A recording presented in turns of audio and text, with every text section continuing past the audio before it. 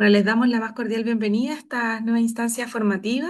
Veo ahí varios nombres conocidos, otros que no conocía. Me parto por presentarme, igual de todas formas en la convocatoria aparecía, pero yo soy Silvana Regada, voy a dictar esta instancia y recientemente me incorporé ya formalmente al equipo de vinculación con el medio en el área de formación. Sin embargo, varios de ustedes yo sé que me conocen previamente por el diplomado, por otras instancias formativas que habíamos tenido previamente.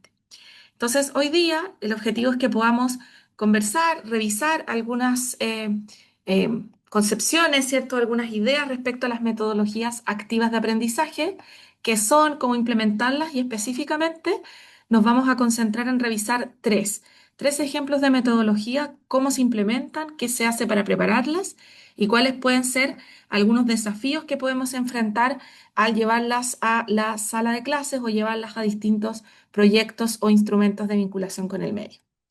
Entonces, el resultado de aprendizaje de este taller va a ser analizar metodologías activas de aprendizaje específicamente con orientaciones prácticas, es decir, cómo podemos llevar a cabo un uso intencionado en contextos obviamente de vinculación con el medio que permitan entonces favorecer esta participación activa, vamos a ver qué significa esto, y finalmente que puedan llevarnos a un aprendizaje significativo en nuestras y nuestros estudiantes. Entonces, para partir, quería comenzar con un testimonio que es parte de una investigación que se estuvo desarrollando hace algunos años, en la que se estudiaban y se analizaban los distintos problemas que enfrentaban académicos y académicas de distintas universidades para hacer que sus estudiantes participaran.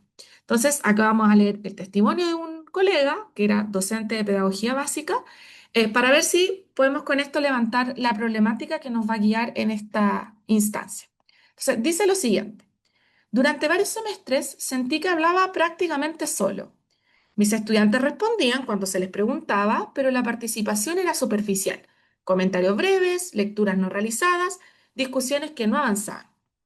Yo les pedía que participaran más, que opinaran, que debatieran, pero algo no estaba funcionando. Me di cuenta de que el problema no era la falta de interés, sino que la clase no les exigía realmente llegar preparados ni sentirse parte de lo que iba a ocurrir. No había una necesidad real de involucrarse. Empecé a preguntarme cómo diseñar experiencias donde la participación no fuera voluntaria ni decorativa, sino una condición para que la clase tuviera sentido, donde los estudiantes sintieran que si no se preparaban antes, simplemente no podían aportar ni avanzar en la discusión. Entonces acá tenemos, obviamente, hay algunas partes, seleccionamos algunas partes de este testimonio en la que este colega cuenta, ¿cierto?, su experiencia y que probablemente a muchos y a muchos de nosotros nos ha ocurrido, ¿no? Uno prepara su clase muchas veces o prepara su espacio formativo y aun cuando hay preguntas, aun cuando se busca que los estudiantes lo hagan, muchas veces no existe esa conexión o ocurre de manera episódica también, como reporta la literatura. A veces sí, a veces no, entonces eso puede perjudicar, ¿cierto?, el cumplimiento de los objetivos. Entonces, a partir de este testimonio y a partir de esta situación, es que vamos a llegar a la pregunta que nos va a orientar en la instancia formativa de hoy. ¿Cómo enfrentamos este desafío? O sea, ¿cómo logramos, cierto? ¿Cómo enfrentamos poner al estudiante en un rol activo? O sea, que el estudiante pueda percibir, pueda sentir y pueda realmente, ¿cierto? Sentir que necesita involucrarse para poder aprender. O que esa clase o esa instancia está pensada para que él participe y está pensada para que él adquiera un rol, él o ella adquiera un rol protagónico. De modo entonces que su preparación previa, y acá la palabra clave, ¿cierto? El involucramiento, durante la experiencia sean necesarios para participar, decidir y aprender. O sea, ¿cómo logramos, ¿cierto?, que el estudiante no sienta que solo tiene que escuchar y recibir, pero no, ¿cierto?, tener una agencia dentro de ese proceso formativo? O sea, aquí es donde surge, ¿cierto?, esta noción o esta posible solución, que no es la única, pero es una de las que existen, que son las metodologías activas de aprendizaje. Y las metodologías activas de aprendizaje, si bien existen muchos constructos que las definen, muchos constructos que las abordan, en general todos esos constructos coinciden en que la idea central de estas metodologías es que los estudiantes hagan cosas. Y no solo las hagan, sino que piensen sobre lo que están haciendo, que puedan reflexionar sobre lo que están haciendo y puedan entender el porqué de esas distintas acciones. O sea, en lugar de ser un receptor pasivo de información, ¿cierto?, hay un aprendizaje de un hacer, hay un aprendizaje, ¿cierto?, asociado a una acción. Ahora, es verdad que en el último tiempo, y esto la literatura también lo reporta, la clase tipo cátedra no está tan extendida en todos los espacios formativos. Sabemos que ha habido cambios, que hay académicos, docentes han implementado distintas maneras, ¿cierto?, de poder diversificar las formas de interacción. Sin embargo, las metodologías activas lo que proponen es que esto sea algo sistemático, que no es que ocurra en algunos momentos, sino que toda la experiencia de aprendizaje se articula en torno, ¿cierto?, a estas estrategias. Y en ese sentido, entonces, la segunda clave de las metodologías activas es que el rol de los participantes se resignifica. O sea, el alumno, el estudiante, pasa a ser el centro, ¿cierto? El agente principal, el constructor del aprendizaje, y el docente, ¿cierto? La docente lo que hace es guiar o facilitar a través de preguntas, a través de dinámicas o a través, ¿cierto?, de distintas estrategias para poder retar, ¿cierto? No en el sentido de hacerle un reto, sino que un reto como, como lo conocemos, ¿cierto? Nosotros, sino en este sentido de poder ofrecer un desafío, ¿cierto? A las y los estudiantes y también acompañarlos en esta construcción de conocimiento. O sea, finalmente se resignifica este carácter más vertical, ¿cierto? Que tradicionalmente adquiere, ¿cierto?, la sala de clase en la que el docente sabe cosas, que comunica, ¿cierto?, al estudiante que no las sabe, y en este caso, ¿cierto?, lo que hace es se resignifica y se reorienta. O sea, finalmente, el docente va a acompañar este proceso, pero quien construye ese conocimiento va a ser el mismo estudiante. Entonces, detrás de las metodologías de aprendizaje, esta idea de las metodologías activas para aprender, el fin último es lograr un aprendizaje significativo. O sea, finalmente, que las y los estudiantes puedan cumplir con los resultados de aprendizaje que hemos dispuesto.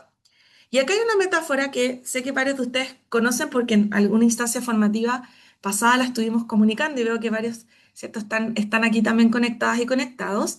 Es esta metáfora del árbol del aprendizaje significativo. O sea, lo que propone esta metáfora es que el aprendizaje significativo pudiese funcionar igual que un árbol, ¿cierto?, con raíces, con troncos, con ramas y con frutos. O sea, ¿qué es lo que se busca? Que las raíces, ¿cierto?, son los conocimientos previos. Los estudiantes, ¿cierto?, no nacieron el día que entraron a la universidad, como dice un autor por ahí. Tienen una experiencia previa, tienen ciertos conocimientos previos, no solo de su vida preuniversitaria, sino también de otros cursos, de otras asignaturas, ¿cierto?, o de otras instancias formativas. Y esos conocimientos previos y esas experiencias, ¿cierto? Si son sólidas, o sea, si finalmente nosotros las tomamos y las usamos, ¿cierto? Para nutrirlas, para discutirlas, para ponerlas en tensión, finalmente van a permitir que el nuevo aprendizaje se afiance. O sea, finalmente es tomar lo que ya conocen, ¿cierto? Y llevarlo a discusión o llevarlo a diálogo con lo nuevo. En esta misma lógica, en esta misma metáfora, el tronco son los nuevos contenidos que queremos incorporar. O sea, eso queremos que sostenga, ¿cierto? Y es lo que sostiene nuestros distintos cursos, nuestras distintas instancias formativas. Pero crecen conectados con las raíces. Sabemos que el tronco no está levitando, ¿cierto? Flotando, está conectado con las raíces. Entonces, tenemos que tener conciencia de qué es lo que saben los estudiantes, cuáles son las experiencias que tienen, para que ese tronco, ¿cierto?, se pueda afianzar con esas raíces. Ahora, las ramas y las hojas en esta metáfora son las aplicaciones, habilidades y valores que surgen o que nacen de este tronco. O sea, que nacen de la unión del conocimiento nuevo con el conocimiento previo o con las experiencias previas. Y los frutos finalmente es lo que todos queremos, que es el impacto del aprendizaje. Que el estudiante finalmente finalice la instancia formativa y pueda llevar lo aprendido a otros espacios, ¿cierto? La capacidad de transferir, de resolver un problema futuro, ¿cierto?, con el conocimiento adquirido, o incluso de participar activamente en la sociedad o en espacios profesionales. Entonces, es en esta metáfora del árbol, esto es lo que se quiere lograr, ¿no? El aprendizaje significativo. Entonces, las metodologías nos ofrecen el cómo lograr, ¿cierto?, esta articulación. Entonces, vamos a ver tres metodologías en la instancia de hoy. La primera que vamos a revisar es el aula invertida, también conocida, ¿cierto?, por su nombre en inglés, que es el Flip Classroom, ¿no? Esta idea de dar vuelta a la clase. O sea, el estudiante aprende, se prepara antes de la clase o antes del espacio formativo para actuar o hacer durante la clase, pero teniendo, ¿cierto?, ya un background preparado previamente, que vamos a revisarlo en detalle ahora solamente para introducir las tres. La segunda que vamos a revisar es la resolución de problemas, también conocida como aprendizaje basado en problemas. Es decir, aprender enfrentando desafíos reales y buscando soluciones de manera colaborativa. Llegó Es decir, el... ¿sí? Ya, Parece que a alguien se le activó un le puse. micrófono o tenía una pregunta, no sé. A ver. Gracias. Parece que alguien se le había activado y algún con él. Y voy a dejar acá esto. Y resolución de problemas, entonces enfrentar estos desafíos reales. O sea, el aprendizaje parte de la idea que los estudiantes van a enfrentar distintas problemáticas o distintas situaciones que puedan generar, ¿cierto?, una necesidad de solución. Y por tanto, en esta metodología lo que se busca es preparar a los estudiantes para pensar en soluciones, pensar en posibles caminos de acción y sobre todo poder tener la capacidad de evaluar los pros y contras de esas distintas alternativas. Y el último que vamos a revisar es el análisis o estudio de caso, que la consigna, ¿cierto? La frase que lo resume es aprender decidiendo en contextos complejos. O sea, que los estudiantes sean capaces de manejar una gran cantidad de información y poder, ¿cierto?, definir cuáles son causas, consecuencias, factores importantes dentro de ese cierto desarrollo de ese caso. Y en este en particular, más que la solución en sí, de llegar a este es el camino a seguir, el análisis de caso lo que busca es poder deconstruir lo que está ocurriendo, ver en perspectiva, analizar y ver todas las partes y cómo esas partes se están dialogando entre sí. Entonces vamos a partir por el aula invertida, como les decía, que es la primera del Flip Classroom. Y en este caso, típicamente, cuando queremos trabajar aula invertida, es necesario que nosotras y nosotros, como docentes a cargo de estas instancias académicos, académicas, preparemos previamente cuáles van a ser los insumos, los materiales que las y los estudiantes van a utilizar para poder prepararse. Y acá uno va a tener que estar tomando siempre decisiones muy estratégicas. Sabemos, por ejemplo, que si uno lleva, por ejemplo, una gran cantidad de lecturas, o materiales de preparación previa, en asignaturas de primer año, por ejemplo, los estudiantes todavía no han adquirido quizás la autonomía, la responsabilidad o incluso el compromiso para poder revisarlas y llegar preparados y preparadas a las clases, ¿sí? Yo recuerdo que una vez que instauré la invertida por primera vez, lo hice justamente en primer año y pasaba que llegaba, preparaba algo y en las clases los estudiantes, profe, es que no leí, es que no vimos los materiales.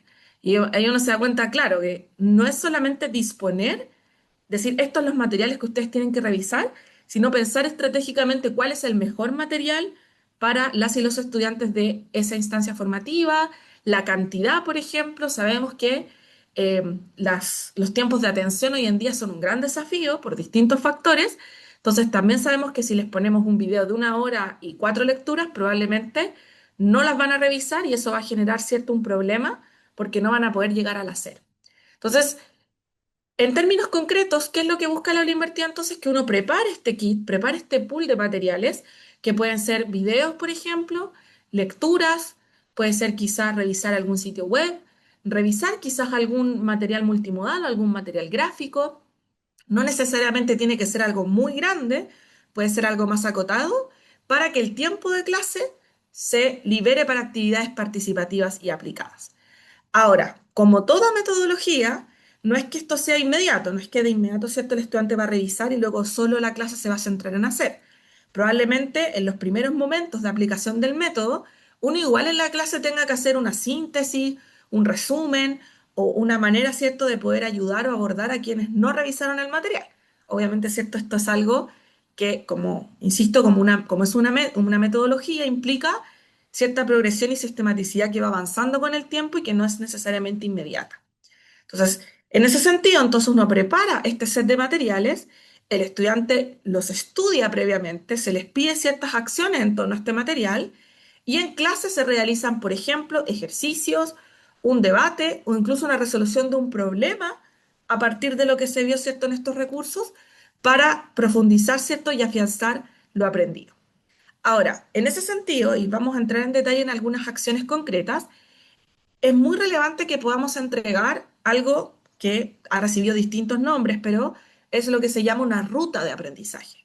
O sea, que el estudiante sepa qué material tiene que ver primero, quizás le podemos dejar una pregunta, como piensa en esta pregunta mientras ves este material, o anticiparle, recuerden que el objetivo de esta clase va a ser resolver este problema, entonces presten mayor atención a esto, o miran el video pensando que lo van a usar para esto otro. Y acá en realidad hay mucha variabilidad de formatos disponibles.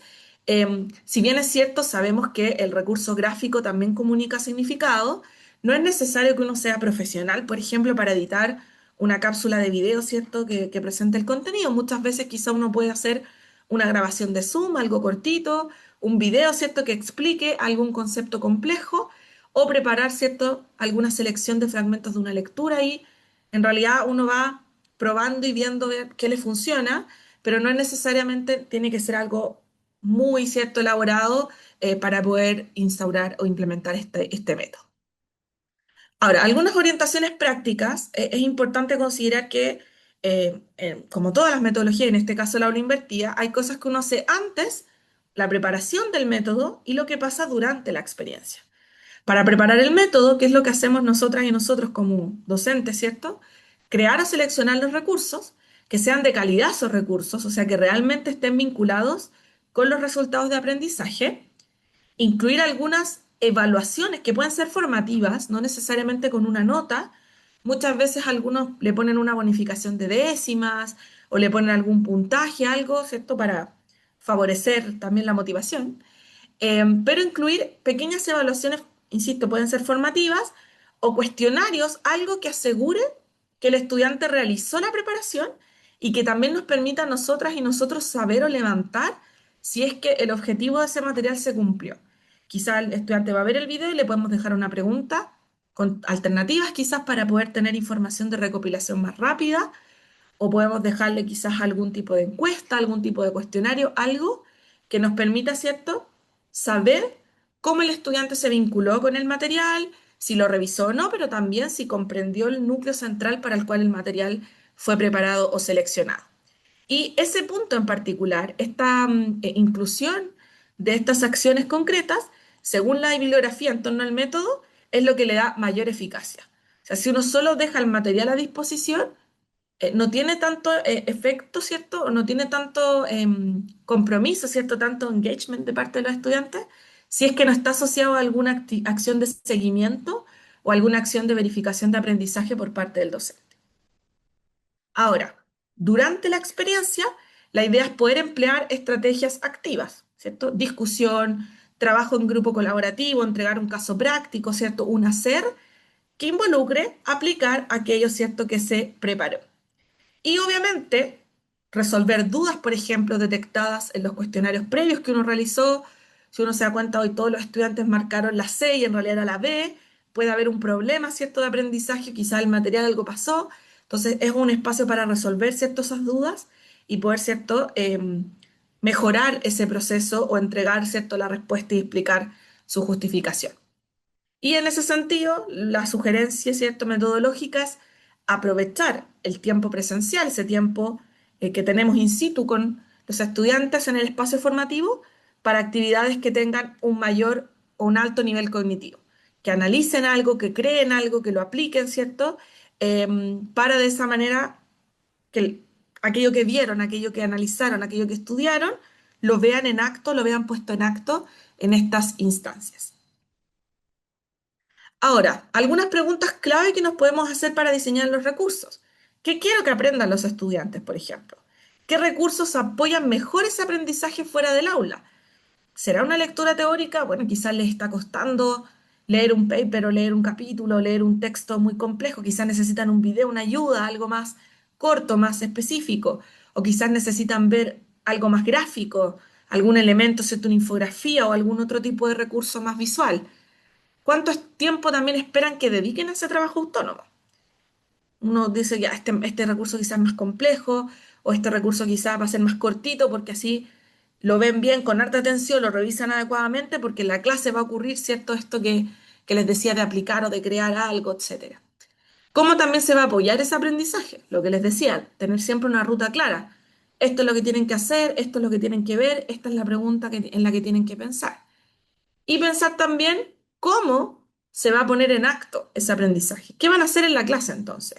¿O qué van a hacer en instancia formativa? ¿Van a analizar esto? ¿Lo van a aplicar? ¿Van a hacer un trabajo colaborativo? ¿Va a hacer algo más con el grupo curso? ¿Qué es lo que van a hacer entonces para poder poner en acto, ¿cierto?, estos aprendizajes? Y por supuesto, muy importante, cómo se va a recoger u ofrecer espacios de retroalimentación. Ahora, en ese sentido, algo importante a considerar es que ¿quién más que uno conoce, cierto? ¿Cuántos estudiantes tiene? Los desafíos a veces de dar retroalimentación cuando son cursos masivos. Entonces, ahí estrategias de retroalimentación pueden ser diversas. Quizá uno dice, revisé este cuestionario y voy a generar una respuesta para todos que se las voy a mandar por un anuncio, un correo, la voy a socializar y retroalimentar en la clase, voy a hacer una revisión de pares. Ahí la idea es que podamos también diversificar las estrategias de retroalimentación para asegurarnos de esa manera que reciban retro, pero también de forma realista. Porque muchas veces escribir una retroalimentación de una plana para cada uno no es viable en todos los casos. Entonces ahí también hay que buscar estrategias que nos permitan hacerlo, pero de una manera realista también y adecuada a nuestros tiempos. Segunda metodología, la resolución de problemas. Y acá algo importante a considerar es que en el último tiempo, quienes estudian estas metodologías, ¿cierto? Quienes han realizado investigación empírica con estas metodologías, reconocen que no son excluyentes. O sea, yo puedo utilizar aula invertida y trabajar resolución de problemas, puedo ir haciendo, ¿cierto?, una lógica metodológica flexible. Esto no es cierto que si ocupo una, las otras desaparecen. De hecho, muchas veces surge la necesidad de poder integrar más de una para, ¿cierto?, poder enriquecer los espacios formativos. Y la resolución de problemas, de hecho, dialoga muy bien muchas veces con el aula invertida, porque lo que busca es iniciar a los estudiantes o presentar a los estudiantes situaciones problemáticas, situaciones desafiantes, disciplinares, profesionales, ¿cierto? Que pueden quizás enfrentar en un contexto laboral futuro, ¿cierto? En la vida real. Y lo que se busca entonces es que ellos puedan pensar, formular hipótesis, formular soluciones e identificar, y esto es súper importante, qué información necesitan, qué información es necesario desplegar para poder ofrecer una solución. ¿Qué necesito saber? ¿Qué me falta? ¿Cierto? ¿Qué ya sé sobre este tema? Y cuáles podrían ser pros y contras de las posibles soluciones. Quizá a alguien se le ocurre una muy buena solución y dice, ah, esta es la única solución. Pero quizá a otro grupo no se le ocurre la misma y pueden entonces entrar en diálogo ahí para fortalecer sobre todo también sus habilidades de pensamiento crítico.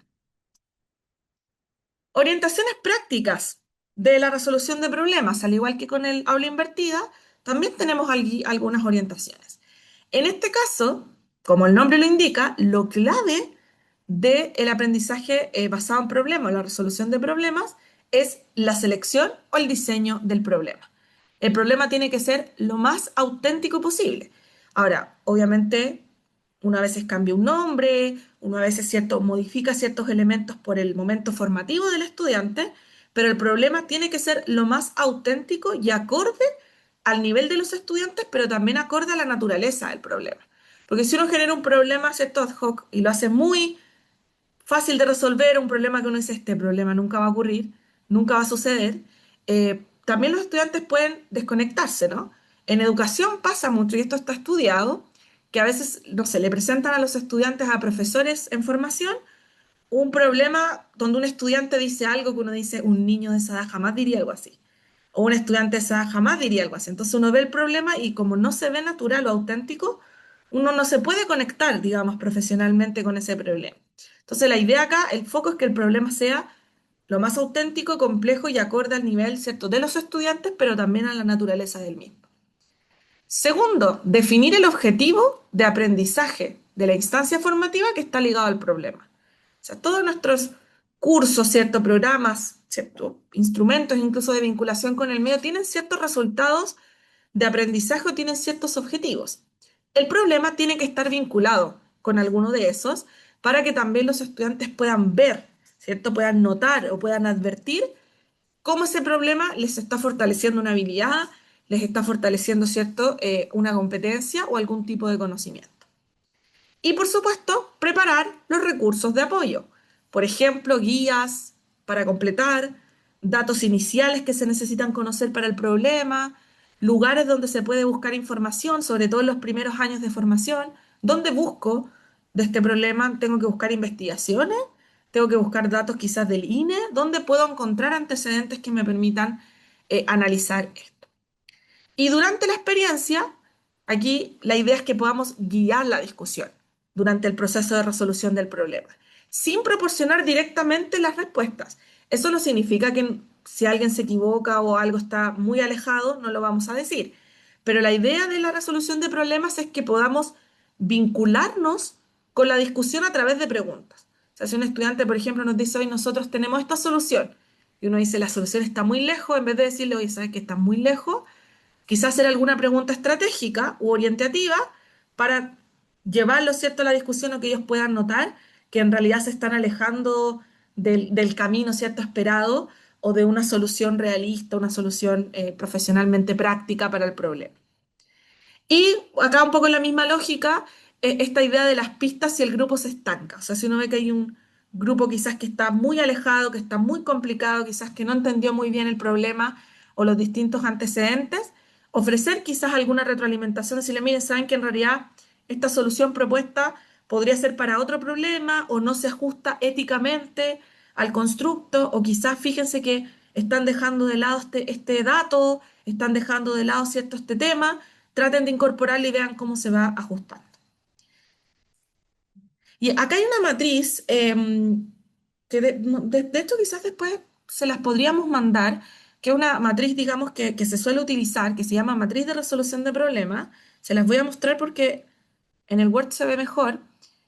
Pero lo que hace es como una matriz, digamos, estandarizada. Obviamente uno puede modificar algunas cosas, pero que se le puede entregar a los estudiantes para trabajar un problema. Entonces, por ejemplo, tiene la primera etapa que es la comprensión del problema. ¿Qué sabemos sobre el problema? ¿Qué dato manejamos? ¿Qué conocemos?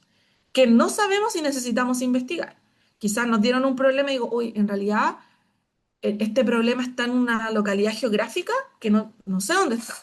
No sé dónde está, no sé qué características tiene, no sé quiénes son, ¿cierto?, los miembros de esa comunidad, entonces quizás lo que necesito saber es dónde queda, ¿cierto? Si hay algún componente sociocultural importante de conocer, por ejemplo.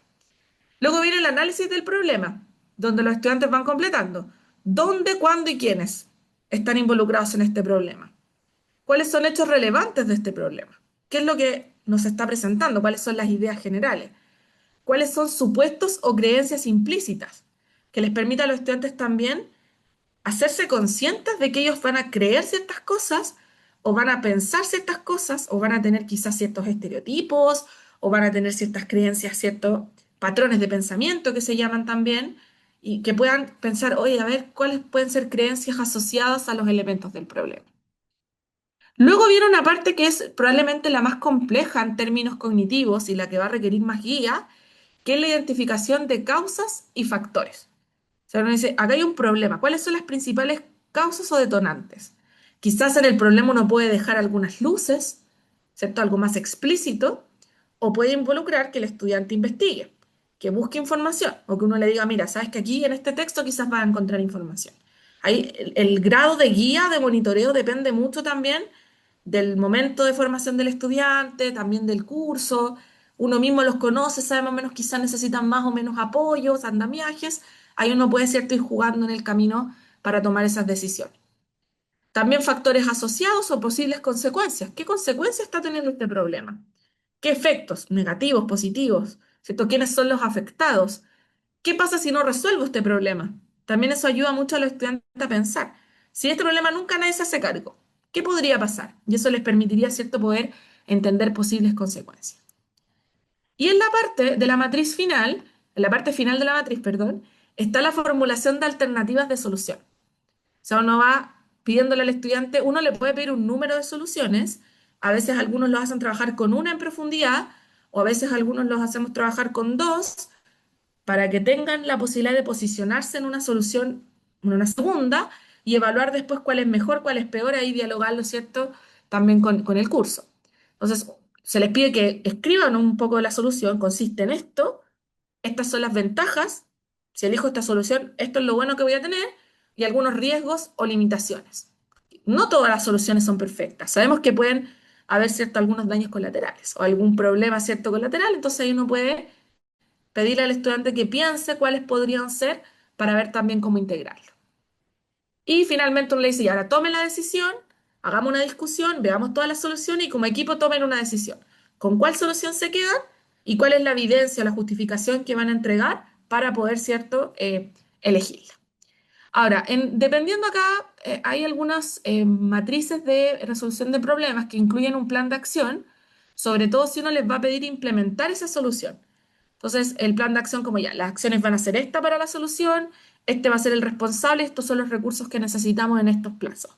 No siempre en contextos formativos se llega a esta parte, pero la literatura es altamente sugerible que al menos, aunque no lo vayamos a implementar, que los estudiantes puedan pensar, oye, ¿qué tendría que hacer para poder implementar? Y eso les permite que la solución sea realista. También, porque uno va a decir, la solución es que vamos a entregar esta cantidad de dinero y esta cantidad de despliegue de recursos, y uno dice, bueno, en realidad es poco realista.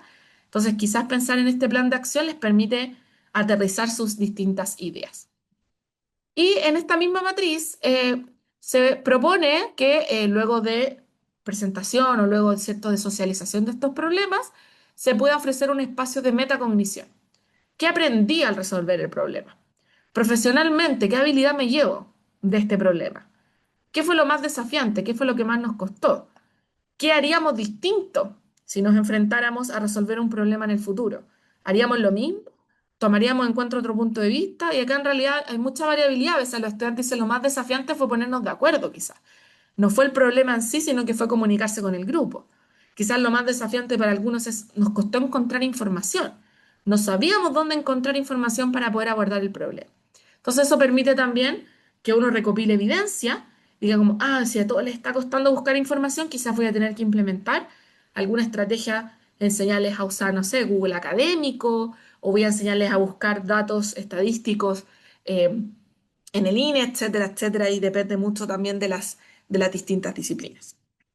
Entonces, la idea, como les decía, con esta matriz es poder sistematizar la resolución del problema, que no quede tan abierto, una entrega estos andamiajes, ¿cierto? Estos apoyos, estas ayudas, para que los grupos, ¿cierto?, estudiantes vayan avanzando a poco y uno también puede ir detectando información de manera temprana para ofrecer las distintas ayudas. Ahora, esto ya lo hemos comentado, pero de todas formas, para sistematizarlo, el problema central. Y un buen problema no tiene una única respuesta correcta, no tiene un único camino, una única solución. Tiene que estar vinculado a situaciones reales, profesionales o territoriales, tiene que estar vinculado a algo auténtico y es complejo. Tiene que ser complejo, pero abordable con los conocimientos que estamos entregando en el curso. ¿Por qué? Porque si es muy sencillo, baja la motivación, es como un poco realista quizás. Y si es demasiado complejo, puede generar cierta ansiedad, frustración y en realidad como, uy, el cuestionamiento, esta autopercepción de los estudiantes, como en realidad no estoy entendiendo nada y quizás no es eso, sino que el problema está en muy alto nivel de complejidad y no tienen quizás todavía las herramientas necesarias para abordarlo. Y eso entonces se puede resumir en esta frase que a mí personalmente me gusta mucho, que sintetiza este método, que es el problema deja de ser un ejercicio. No es un ejercicio particular que doy en una clase, sino que es el currículo en acción. Es el plan formativo, es lo que yo quiero que el estudiante, ¿cierto?, desarrolle. No es algo, ¿cierto?, episódico, circunstancial, sino que pasa a ser algo fundamental para la construcción del aprendizaje. Y por último, tenemos el análisis o estudio de caso. Insisto en que yo sé que hay otros métodos y otras metodologías activas, pero ahora vamos a revisar tres. Sin embargo, ahí más adelante también durante el año van a haber otros espacios para ver otras, por si quieren conocerlas y también ir probando, implementando. Ahora, como el tiempo es acotado, solo revisaremos estas tres, pero entendiendo que existen otras, ¿ah? El análisis de caso, muy parecido en cuanto a la estructura operativa, a la resolución de problemas, se fomenta en el análisis de la situación profesional. O sea, en lograr una conceptualización, en ver qué conceptos están involucrados en este caso, en deconstruir las partes. También reconoce causas y consecuencias, también puede proponer soluciones, pero a veces no llega a la solución. A veces solo es un análisis. Uno podría decir, les voy a entregar un caso y quizás alguien va a detectar solo las causas. Y el estudio de caso va a estar centrado en eso, ¿sí? Por ejemplo, en contextos clínicos, en contextos, ¿cierto? En carreras de medicina, por ejemplo, o en otras de ese tipo, se suelen utilizar muchos análisis de casos para ver causas de ciertos elementos. No llegar quizás a decir la solución es esta, la cura es esta, no. ¿Cuáles son las causas de este caso? ¿Qué está pasando acá? Para poder articular la información, ¿sí? Por ejemplo, quizás uno dice, ahora que está muy en boga también a propósito de estudios chilenos, ¿qué pasa, por ejemplo, con las listas de espera en los hospitales? Quizás yo no quiero solucionarlo necesariamente, no quiero llegar a eso todavía. Quizás quiero saber cuáles son las causas de la lista de espera, por qué se producen, qué está ocurriendo, qué es lo que está pasando, en dónde se producen cuellos de botella, cuáles son los factores. Ahora, esos factores y esas causas pueden servir en el futuro para una solución, pero el foco del análisis no es llegar a eso todavía. Quizás vamos a pedir algo mucho más acotado.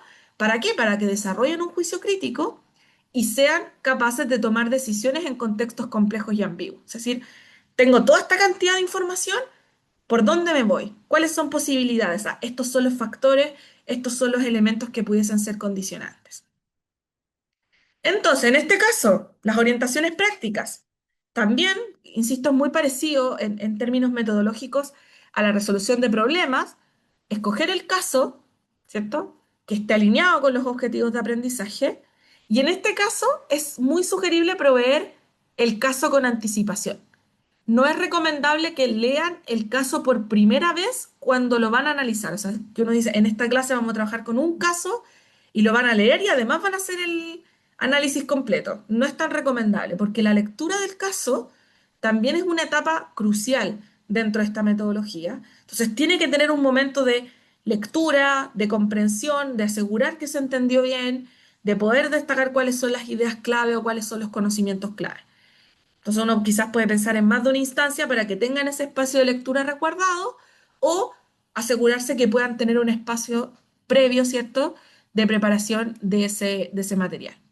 Y en este caso es crucial incluir preguntas guía o puntos a considerar para orientar el análisis, o sea, explicitar en la instancia formativa o previamente, este caso lo vamos a analizar para esto. Vamos a identificar causas, consecuencias. Vamos a analizar a todos los actores involucrados. Vamos a analizar en concreto cómo, por ejemplo, el contexto geográfico está impactando en este caso.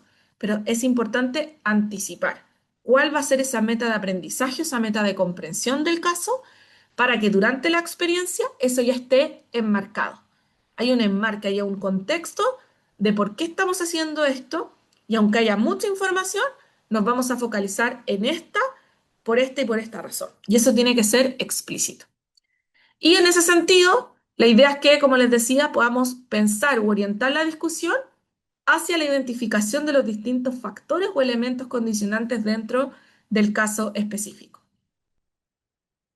Entonces, fíjense que en el caso del análisis de caso, y que de hecho, pensándolo en perspectiva, puede ser homologable a todas las metodologías activas, vamos a lograr distintas habilidades y competencias clave que se van a poner en acto. Pensamiento crítico, porque estamos invitando a analizar información, identificar causas, evaluar consecuencias antes de tomar decisiones. También la comunicación oral y la argumentación. Tenemos que expresar ideas con claridad, aprender a justificar esas ideas y aprender a dialogar con otros. Lo que nos lleva también a la tercera habilidad, trabajo en equipo y colaboración. Es importante que el estudiante diga, bueno, este problema no lo tienes que solucionar solo, necesariamente. Tienes que coordinarte quizás con tu equipo, asumir roles o poder construir soluciones de manera conjunta. Y eso implica muchas veces negociar, ¿cierto? Yo quizás quiero esto y otro quiere esto otro, ya negociemos cómo podemos unificar esa información e integrarla. Y por supuesto también toma de decisiones, ¿cierto? Seleccionar alternativas, considerar esos distintos criterios y finalmente, ¿cierto?, hacer esa evaluación final de qué pasa si me voy por acá, qué pasa si me voy por acá, qué efecto voy a tener. Y bueno, ya lo habíamos comentado, tenemos la metacognición también, reflexionar sobre cómo estoy aprendiendo, qué sé, qué no sé, qué entendí, qué logré, qué quizás no logré todavía. Quizá uno ve el caso y dice, yo en realidad no vi ese factor tan relevante, pero ahora volviendo, quizás escuchando la discusión o con las preguntas orientadoras me doy cuenta que quizás sí. Y es importante ese proceso de saber qué no sabía, qué sí sabía, qué no entendí, qué no comprendí como un desafío formativo futuro. Y por supuesto también la responsabilidad y el compromiso. La gracia, dicho informalmente, de estos, perdón, la gracia de estas metodologías es que nos enfrentamos a situaciones auténticas. Entonces, también es una experiencia laboral temprana en cierto sentido, inicial, más teórica, quizás teórico-práctica, es decir, tú quizás te puedes enfrentar a un problema como este en el futuro. O este problema te está entregando herramientas que pueden ser importantes para tu trabajo, que pueden ser importantes para el resto de tus cursos, que pueden ser importantes, como les decía hace un ratito, para participar en la sociedad, ¿cierto? Como un ciudadano informado, responsable, ¿cierto? Y también comprometido con el desarrollo de la comunidad. Entonces, todas estas metodologías, las tres, implican espacios de diálogo, de discusión y de plenario. Y como buenos espacios de diálogo, discusión y plenario, implican que esos espacios sean planificados por nosotras y nosotros. O sea, que finalmente uno diga, bueno, ¿qué voy a preguntar? Quizás van a surgir otras preguntas. Sabemos que la clase en vivo a veces es muy diferente a la clase planificada o el espacio formativo es muy distinto. Pero de todas maneras tener un margen de acción de ya, esto es más o menos lo que voy a preguntar, esto es más o menos los temas que tenemos que abordar, quizás surjan otros, pero resguardar al menos que ocurran esos elementos específicos. Y para eso, esto es solamente ya como si les interesa explorar este constructo, hay algo que en espacios formativos se llama lo que es una discusión productiva. O sea, cuando logramos que realmente sea una discusión y no solamente pregunto, el estudiante responde, sino que hay una producción de aprendizaje o conocimiento. Y acá hay tres acciones clave que son comunes para todas las metodologías activas que van a permitir justamente lograr un diálogo o lograr una interacción dialógica o estos plenarios de manera más eficiente. La primera es siempre solicitar profundización, o idealmente siempre, ¿no? Y frecuentemente. Por ejemplo, si alguien dice algo, preguntarle como, dame un ejemplo de lo que acabas de decir. O me pareció interesante, ¿podrías profundizar en lo segundo? ¿O qué quisiste decir cuando dijiste esto? O incluso, también podría ser, ¿cómo se conecta lo que dijiste con lo que dijo alguien previamente? Porque eso obliga a que la discusión realmente sea una discusión y realmente sea un diálogo. Insisto que esto no ocurre inmediatamente, hay una rutina que seguir. Como que de repente los estudiantes a veces alguien dice algo que otro ya dijo y ahí uno descubre que quizás no estaba escuchando, prestando atención. Y uno le dice, ah, pero es que muy bien, el compañero ya dijo algo parecido.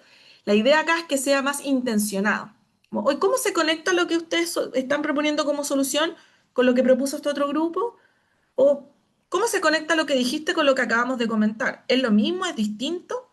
Y eso nos va a permitir identificar patrones. Entonces uno va viendo, ah, parece que en lo que están diciendo en el diálogo uno puede identificar quizás ciertos sesgos, obstaculizadores también, u oportunidades de aprendizaje, lo que los mismos estudiantes dicen o reconocen, porque a veces ellos dicen cosas y si uno no les pregunta, quizás uno completa o interpreta lo que el estudiante dijo y quizás no estaba diciendo eso. Entonces, cuando uno le pregunta, ¿podrías decirlo de otra forma? O quizás, dame un ejemplo. ¿O cómo ves eso en lo que acabamos de analizar del caso? ¿Dónde estaba? ¿Me puedes dar una evidencia específica? Y preguntarle a los demás, ¿todos vieron esa evidencia? ¿Alguien la vio de otra manera? Y de esa manera, ¿cierto? Podemos ir levantando estos patrones, no solo para que para el estudiante le va a servir un montón para poder reconocer o poder desarrollar ese pensamiento, pero a nosotros también para tomar decisiones. Ah, parece que hay un problema de pensamiento acá. Todos están pensando esto, o están teniendo este sesgo, o están teniendo esta idea, pero en realidad no va por ahí, entonces ahí uno puede ir anticipando ciertas cosas. ¿Ah? Dentro de la literatura sobre discusiones productivas hay una tipología que, de hecho, podemos compartir la presentación, ¿cierto? Sí, aquí. Sí, sí, Ahí sí. está. Sí, sí, Súper. Marcha. Bueno, ahí al compartirles la presentación también les podemos dejar ahí como la bibliografía y estos materiales, porque hay un constructo, una tipología de preguntas. Yo se las dejé en la PPT para que después si la compartíamos la pudieran tener, como distintos tipos de preguntas, de acciones que uno realiza para lograr la discusión productiva. Algunas son de esperar, por ejemplo. Esperar, decir, ya, mira, ¿sabes qué? Tómate tu tiempo. Te vamos a esperar. Piensa bien lo que acabas de decir, no en el sentido como negativo. Uno está acostumbrado a hacer como piensa bien lo que dijiste y uno dice, oh, ¿qué dije? Está todo malo, pero en este sentido no, es como dar ese espacio de procesamiento. O incluso darle un tiempo así, ya, mire, antes de socializar entre todas y todos, hablen entre ustedes primero o escriban una idea y luego la compartimos, ¿cierto? Para también soltar esa idea de la primera respuesta tiene que ser inmediata y perfecta. No necesariamente, les podemos dar un tiempo quizás para socializar. Hay otras acciones que son de expansión. ¿Puedes decir algo más sobre eso? Sabes que no logré entender qué dijiste al final. ¿A qué te refieres con eso? O como les decía, dar un ejemplo. Y una que a mí me gusta mucho personalmente porque en los tiempos actuales donde la atención es, como les decía, es un desafío, sirve mucho para consolidar, que son las acciones de parafraseo. Entonces, por ejemplo, ahí aprovechando a los que veo en cámara, por ejemplo, Andrés quizás dijo algo, yo lo parafraseo. Entonces digo, a ver, déjame ver si entendí lo que dijiste, Andrés. ¿Quisiste decir que esto?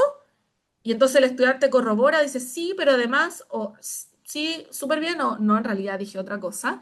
Y eso permite entonces ir consolidando las distintas ideas. ¿Ah?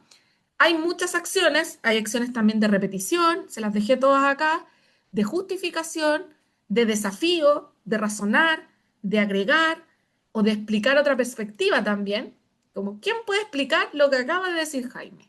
Explique como lo que acabas de decir. ¿Entendimos lo mismo? ¿Entendimos? Y después confirmar, Jaime, ¿eso fue lo que quisiste decir? Entonces, fíjense que con todas estas que se llaman movidas retóricas o que se llaman movidas para la discusión productiva, lo que se permite es que el estudiante sea el que vaya construyendo, encadenando la información, o que el estudiante vaya generando la interacción. Nosotros vamos guiando, vamos corrigiendo, ajustando, pero son ellos finalmente los que tienen este papel protagónico, ¿sí? Insisto que acá les puse algunos ejemplos, hay muchas otras movidas, hay muchas otras sugerencias de acción, pero estas son las principales y son las que finalmente en cualquier metodología activa nos permiten que ese espacio de diálogo, ese espacio de plenario, sea realmente un espacio de discusión productiva de aprendizajes y no necesariamente de profesor, profesora pregunta, estudiante responde, profesor corrige, después profesora pregunta, estudiante responde, sino que se pueda generar esta cadena de interacción, ¿sí? Ahora, insisto, acá hay algunas, pero ahí después les podemos compartir la presentación y los documentos donde están todas, porque ahí uno puede ir eligiendo. ¿Ah? A mí me gusta mucho parafrasear, por ejemplo, porque siento que sirve mucho, pero quizá a otro colega dice a mí, en realidad creo que le sirve más agregar información. ¿Quién puede agregar algo a lo que acabamos de decir? O alguien podría llevar esto a otro espacio, a otra sugerencia. Y ahí uno puede ir viendo también desde la sensibilidad disciplinar, porque uno es de disciplinas distintas y a veces en alguna disciplina funcionan algunas más, son mucho más pertinentes que otras y ahí uno puede ir tomando decisiones. ¿Ah? Denme un segundito porque hay unas cositas que ya les comenté, entonces quiero avanzar y no marearlos ahí con la presentación. Para cerrar entonces, estamos súper bien en el tiempo. Para cerrar entonces solamente quería compartirles dos cositas que también van a estar en la presentación, que siempre la muestro. Yo sé que hay varios aquí que han estado en otras instancias y también el diplomado porque me parece fascinante lo que proponen ambas, que son dos tablas periódicas de aplicaciones, plataformas, páginas web, libros, artículos, etcétera, que reúnen recursos para poder hacer más activa la clase o para utilizar estas metodologías. Esta es una de las que a mí me gusta mucho porque las organiza por tema. Entonces, si uno quiere crear contenido para su clase, videos para el Flip Classroom, por ejemplo, quiere generar una guía que quede bonita, así que quede bien organizada, puede usar los que están acá. Genially, Canva, Flipgrid, entre otras que aparecen Nirpo, también Powtoon, etcétera. Ahí uno puede ir viendo también porque algunas son más amigables en términos de navegación, otras requieren quizás un conocimiento especializado, pero están ahí para que uno las pueda explorar. Hay otras que son, por ejemplo, si quiero gamificar la experiencia de aprendizaje. Quizás quiero hacer un quiz interactivo como más, con un juego, etcétera, y quizás voy a usar un Kahoot, Menti también, que es muy utilizado en contextos universitarios, Google Lab, que es otra también conocida, y así. Entonces, esta tabla es buena porque uno puede ir probando, quizás no las vamos a conocer todas, pero uno dice, quizás esta me acomodó porque es sencilla, me ofrece una plantilla que yo puedo utilizar, entonces quizás es más fácil para mí utilizarla y uno puede ir probando. Y la segunda que les quería comentar, que esta es más nueva, es esta de aplicaciones gratuitas de inteligencia artificial. Son todas las gratuitas, digamos, y son las que permiten en general generar contenido. En este caso, esta tiene esta tabla periódica que les estoy mostrando, tiene enlaces. Entonces, ahora obviamente es una imagen, pero tiene enlaces. Entonces uno puede hacer clic encima y aparece una pequeña guía de cómo utilizarla en contexto formativo. Entonces, por ejemplo, quizás las inteligencias generativas sirven, voy a generar una lectura, quiero que me ayude a ordenar un poquito, o necesito generar la ruta. Entonces uno ahí escribe quizás algo más desorganizado y le pide un poquito de ayuda al chat para que lo ordene o que genere un esquema, etcétera. Otras quizás que son para video. Ahora la tecnología ha avanzado un montón, uno puede generar un video quizás y ayudarse. No todas y todos somos programadores, no todas y todos, ¿cierto? Sabemos necesariamente cómo programar un video para que quede como queremos, pero estas herramientas pueden ser una ayuda justamente para apoyarnos en esos menesteres y finalmente que no por la ausencia de una herramienta dejemos de hacer quizás alguna idea que tuvimos para el espacio formativo y para poder llevar estas metodologías activas de manera efectiva a los distintos espacios de aprendizaje.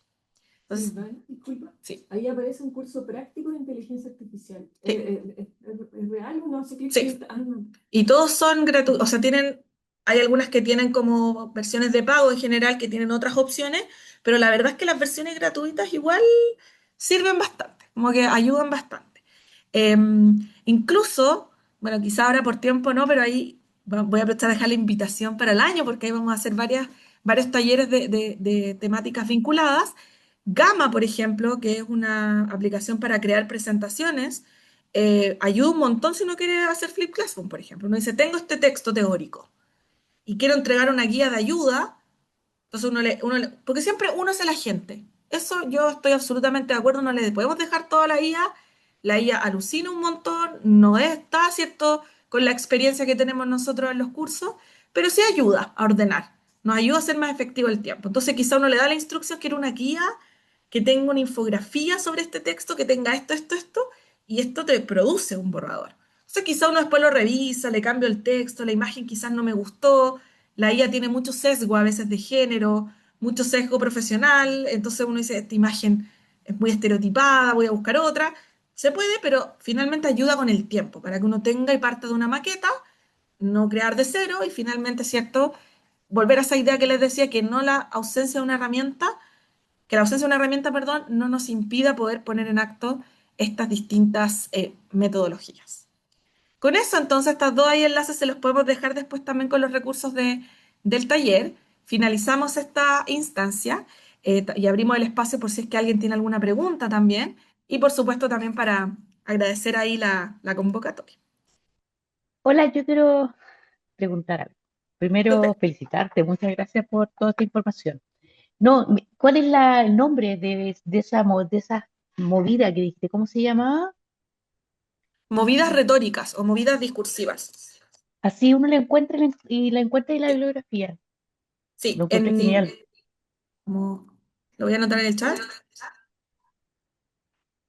Y en inglés se llaman las Moves Talks o Talks Moves, dependiendo de... Ay, Ya, movidas discursivas. que es la traducción de esta forma en inglés. Ahora, el autor principal, el que primero la sistematizó, se llama Edward Groves, por si a alguien también le Ya, interesa, que fue el primero que dijo como cuáles son esas movidas, en qué momento de los espacios formativos era mejor utilizarlas, y propone una serie de ejemplos iniciales, digamos, de esta primera sistematización. Y luego ya después de Edward Groves, muchos autores comenzaron como a ajustar las categorías, etcétera, pero ese es el constructo original y yo siempre recomiendo ir hacia Edward Groves porque realmente lo que hizo de sistematización es muy claro, está muy organizado y si bien hay unas actualizaciones posteriores, creo que el núcleo de la naturaleza de las ¿cómo movidas se llama discursivas. él? Edward Groves, te los voy a escribir en el Eso. chat. Sí, bueno, ay, me sumo a las palabras de Silvana, agradezco la participación de todos.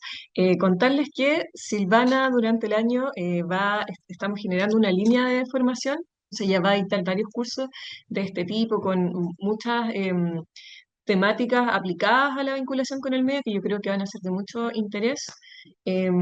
Así que durante el año, yo creo que a partir de marzo quizás, ahí Silvana los va a estar contactando, vamos a estar generando un calendario de distintos talleres.